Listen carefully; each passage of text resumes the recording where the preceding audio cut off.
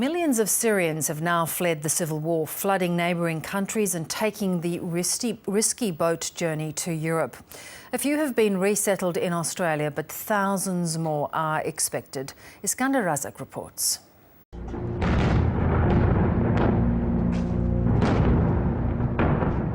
After 3.5 years, there is still no end in sight to Syria's bloody civil war. When it began in 2011, the issues seemed clear. The rebels were fighting a corrupt and violent regime.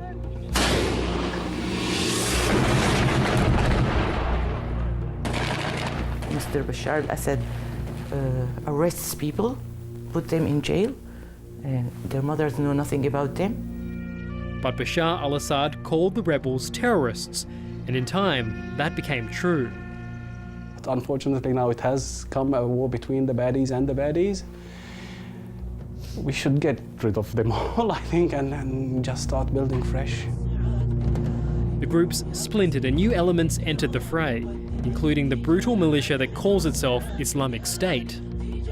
Millions of innocent people are caught in the middle.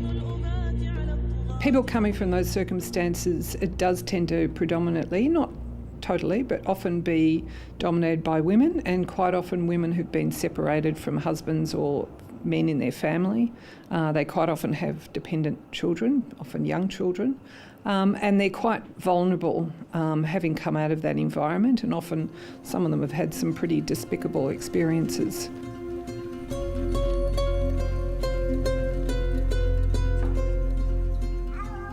English teacher Amina Srio was one of them.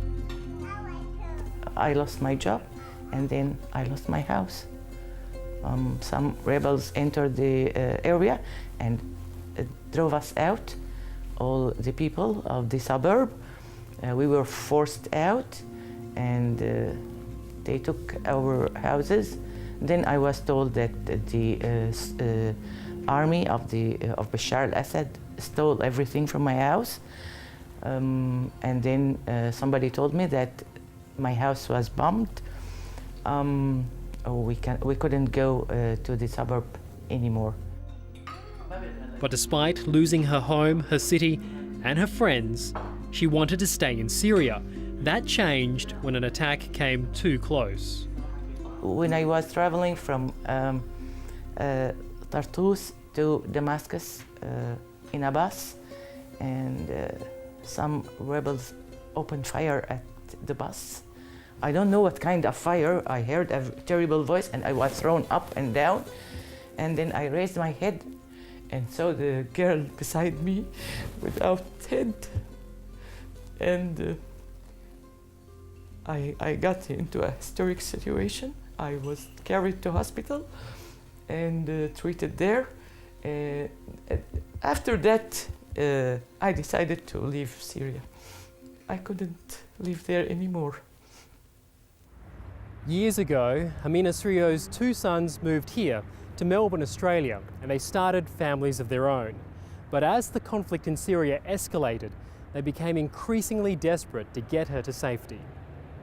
The only other option was to bring her over to Indonesia and to get her on a boat. And that was an option that we really discussed, and we were about to start the process, actually. And I thought I will go meet her over there and we will come on a boat, both of us. But then one day, and over the radio, I heard about a program where I can apply for her, and the process is quite quick, so I did. And the application was a success. The pilot program allowed community organisations to sponsor refugees, and in March, she touched down in Melbourne. It's great. It's great. Thank God that they could get me here. Now safe, she spends her days with her grandchildren or teaching other new migrants English. I'm tutoring a Lebanese lady, and before her I was tutoring a Chinese couple. It was a good experience with them. We couldn't understand each other very well because they didn't know English. I didn't know Chinese, but it was okay. They could learn English. And she may have many more migrants needing her help. In August, the Australian government agreed to resettle 4,400 people fleeing violence in Syria and Iraq.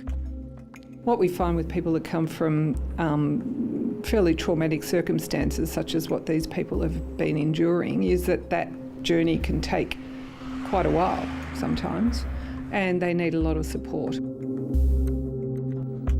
And as one of the few Syrians to call Australia home, this family says it's willing to help those that come here. But they still say Australia can do more to help those fleeing the conflict zone. Nobody cares. Bashar al-Assad cares about his being only the president. He will keep president forever. And the rebels are after money and their own things. They hurt us, they rob us.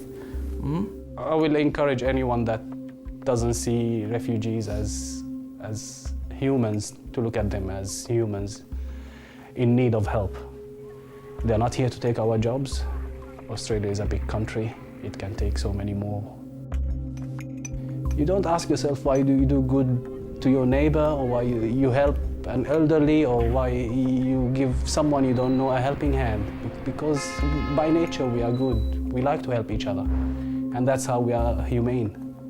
If we don't do that, we lose our humanity.